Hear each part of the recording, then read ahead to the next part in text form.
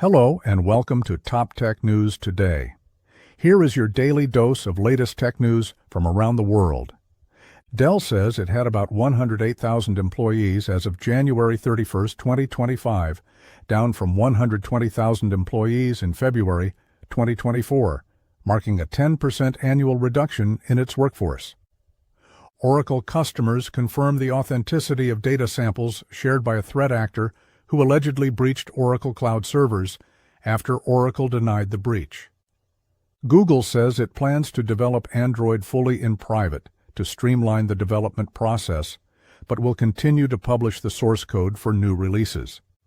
xAI's Grok AI chatbot is now integrated with Telegram for Telegram Premium users, marking Grok's first big expansion beyond X.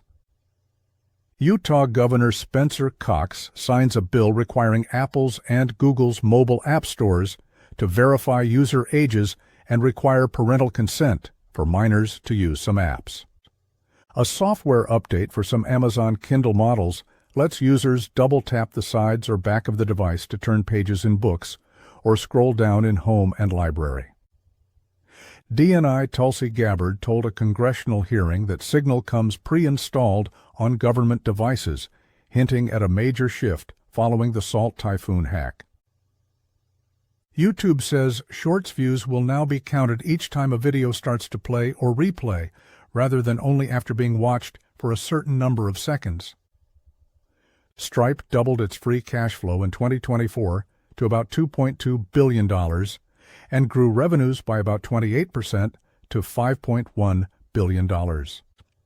Island, which offers a Chromium-based secure enterprise browser, raised a $250 million Series E led by Coatue at a $4.8 billion valuation, taking its total funding to approximately $730 million.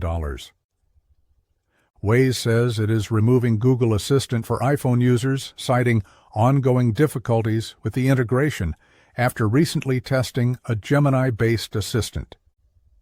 Microsoft canceled new data center projects in the U.S. and Europe that would have amounted to approximately 2 gigawatts of capacity, a sign of AI computing oversupply. eMarketer expects X to generate $1.31 billion in U.S. ad sales in 2025, up 17.5%, and $2.26 billion in global ad sales, up 16.5%, its first year of ad revenue growth since 2022. Mercury, a neobank serving early-stage startups, raised $300 million led by Sequoia at a $3.5 billion valuation. The fintech company saw $2 billion in deposits after SVB's collapse. Apple says the iPhone 16 series will be available in Indonesia from April 11th, after Jakarta lifted a sales ban following Apple's $300 million-plus investment plan. Fidelity Investments is in the advanced stages of testing its own stablecoin, managed by its digital assets arm. Microsoft unveils AI deep reasoning agents for 365 Copilot, Researcher based on OpenAI's deep research model, and Analyst based on O3 Mini coming in April. The U.S. adds export restrictions to 80 organizations, primarily targeting Chinese companies, including server maker Netrix and clients of NVIDIA, Intel, and AMD. Bain Capital agrees to acquire a majority stake in Italian IT company Namirial from private equity firm Ambienta. A deal sources say values Namirial at €1.1 billion. Power chip companies Renesas, Infineon, and others are cutting jobs and spending, as disappointing EV market growth leaves them saddled with excess capacity. USCIS data shows Amazon got the most H-1B visas each year from 2020 to 2024. Google, Meta, Microsoft, and Apple ranked in the top 10 in 2024. TRAI Chairman Anil Kumar Lahoti says India, with only 1% of global subsea cable landing stations, must expand its subsea cable infrastructure 10 times to meet demand.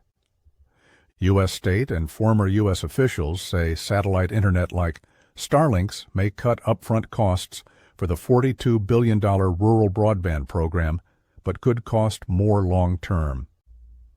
As the EU considers funding a Starlink rival, experts say no single European network can match Starlink's range, likely requiring a patchwork of satellites.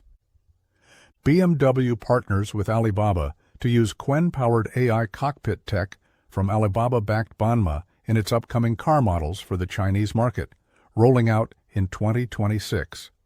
China's new energy efficiency rules could ban NVIDIA's H20 chips from data centers if implemented strictly, risking NVIDIA's $17 billion per year China business.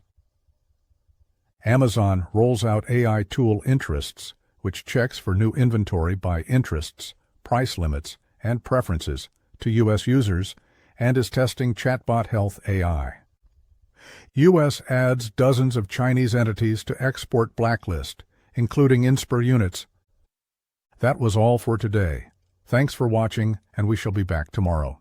Please subscribe our channel and press bell icon to get updates about our latest videos and daily tech news. Thanks again for watching.